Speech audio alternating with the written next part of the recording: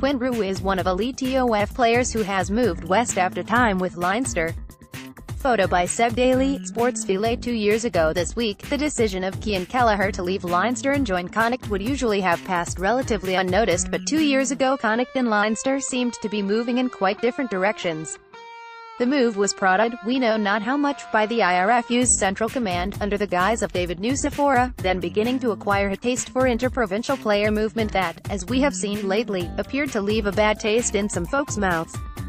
Leinster were certainly spitting venom when news of Kelleher's departure publicly emerged. Context was everything. Connacht were a month away from crowning a fairy tale campaign as PRO 12 champions, where they would win the final playing a thrilling, expansive style of rugby that would ruthlessly dispatch a side who had just 4 years earlier conquered Europe, imparting a similar sense of swagger.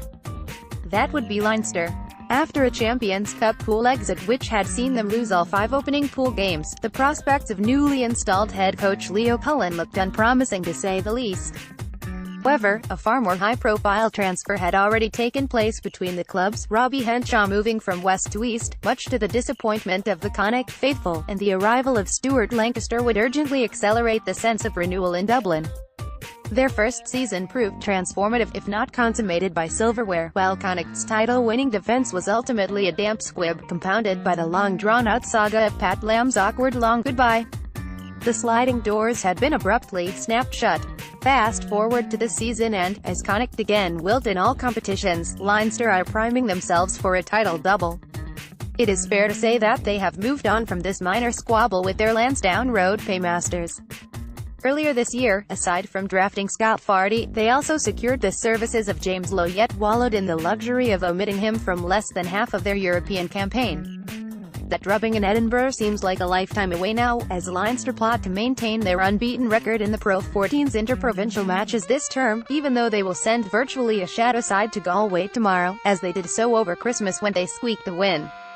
Another season where they will field more than 50 players affords them that opportunity, but also the necessity from those on high to encourage some within to seek better prospects elsewhere. Kelleher, who went off with a head injury in the first half last December, will miss his reunion tomorrow due to ankle trouble, so too Peter Robb, Dublin-born underage international but a Connacht Academy graduate.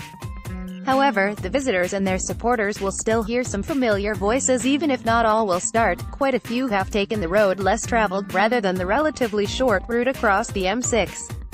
Irish international lock Quinn Roux, via South Africa, is the most high-profile. Speedster Matt Healy was released by Leinster but renewed his career in the All-Ireland League with Lansdowne, as did out-half Craig Ronaldson.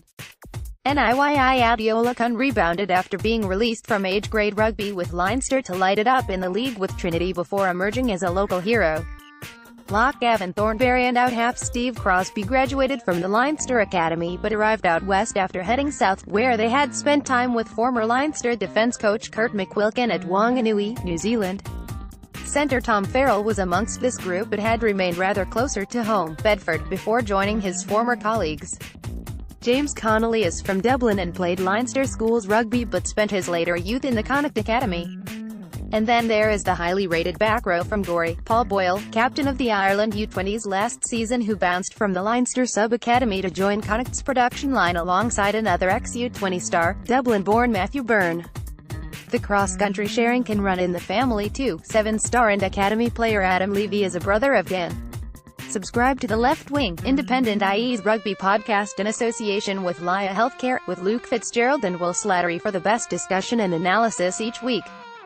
From in-depth interviews with some of Irish rugby's biggest stars to unmatched insights into the provinces and the national team, the Left Wing has all your rugby needs covered. Listen and subscribe to the Left Wing on iTunes and SoundCloud. Irish Independent.